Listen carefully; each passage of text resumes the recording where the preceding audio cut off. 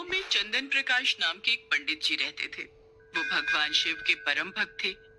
चंदन प्रकाश रोज सुबह ब्रह्म मुहूर्त में उठकर भगवान शिव का पूजन आरती किया करते थे। जो कुछ भी दान दक्षिणा में आता, उसी से पंडित जी अपना गुजारा करते थे।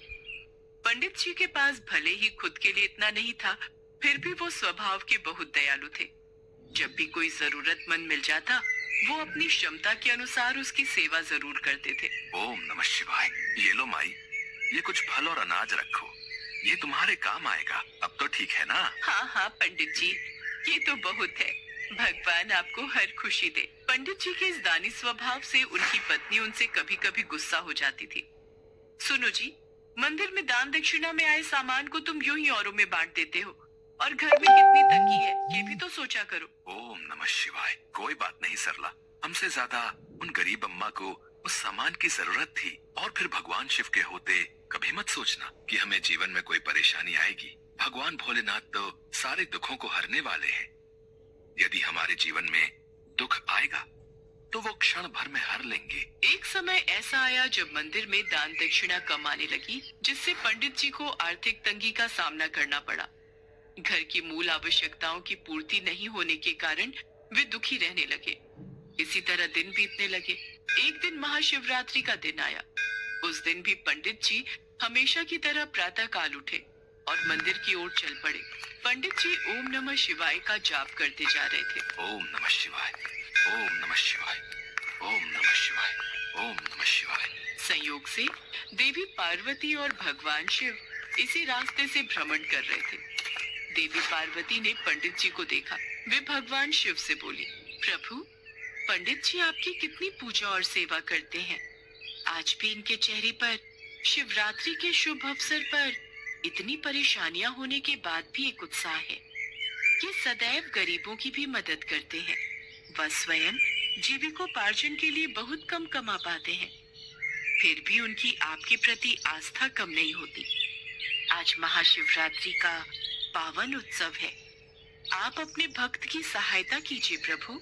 देवी पार्वती, अपने भक्तों की चिंता मुझे सदैव रहती है, और वे भक्त जो सदैव गरीब और जरूरतमंदों की सहायता के लिए तत्पर रहते हैं, ऐसे भक्तों मुझे सदैव रहती है। और वे भक्त जो सदैव गरीब और जरूरतमंदों की सहायता के लिए तत्पर रहते हैं, ऐसे भक्तों के लिए मैं सदैव उपस्थित रहता हूँ।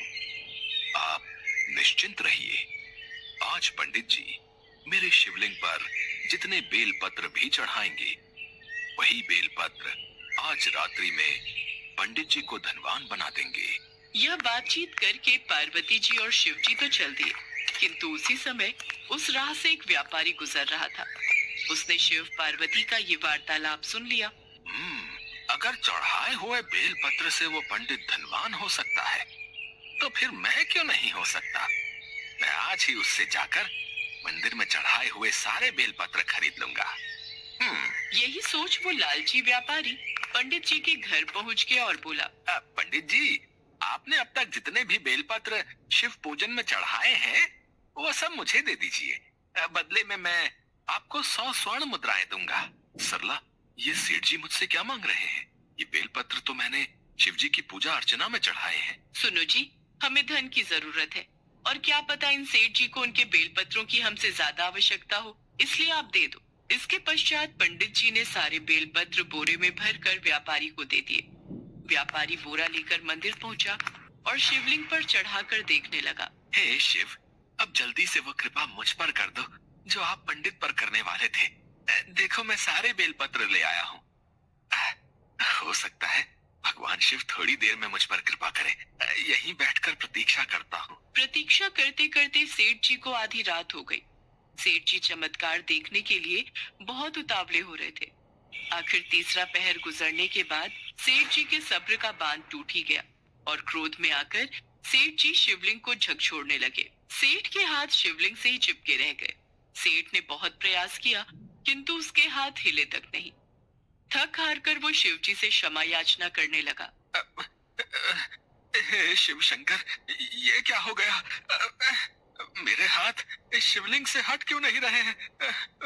तभी शिवलिंग में से आवाज आई। लोभी सेठ, जिस पंडित से तुमने ये बेलपत्र खरीदे हैं उसे तुम 1000 स्वर्ण मुद्राएं दोगे।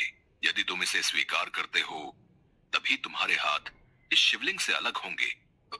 हाँ हाँ हाँ प्रभु, हाँ, मैं उसे 1000 स्वर्ण मुद्राएं अवश्य दूंगा, पर मुझे क्षमा कर दीजिए प्रभु।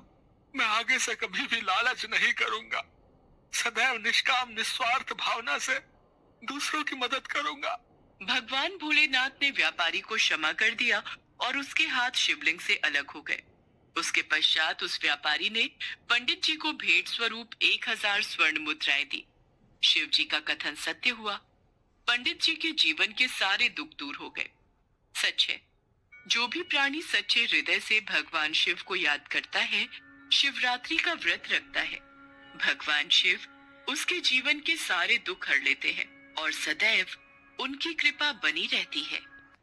कहानी पसंद आए तो चैनल को लाइक करें, शेयर करें एंड सब्सक्राइब करें। बेल आइकन को प्रेस करें जिससे आने वाली प्रत्येक वीडियो की नोटिफिकेशन आपको समय पर मिल सके। और कमेंट में ओम नमः शिवाय अवश्य लिखें।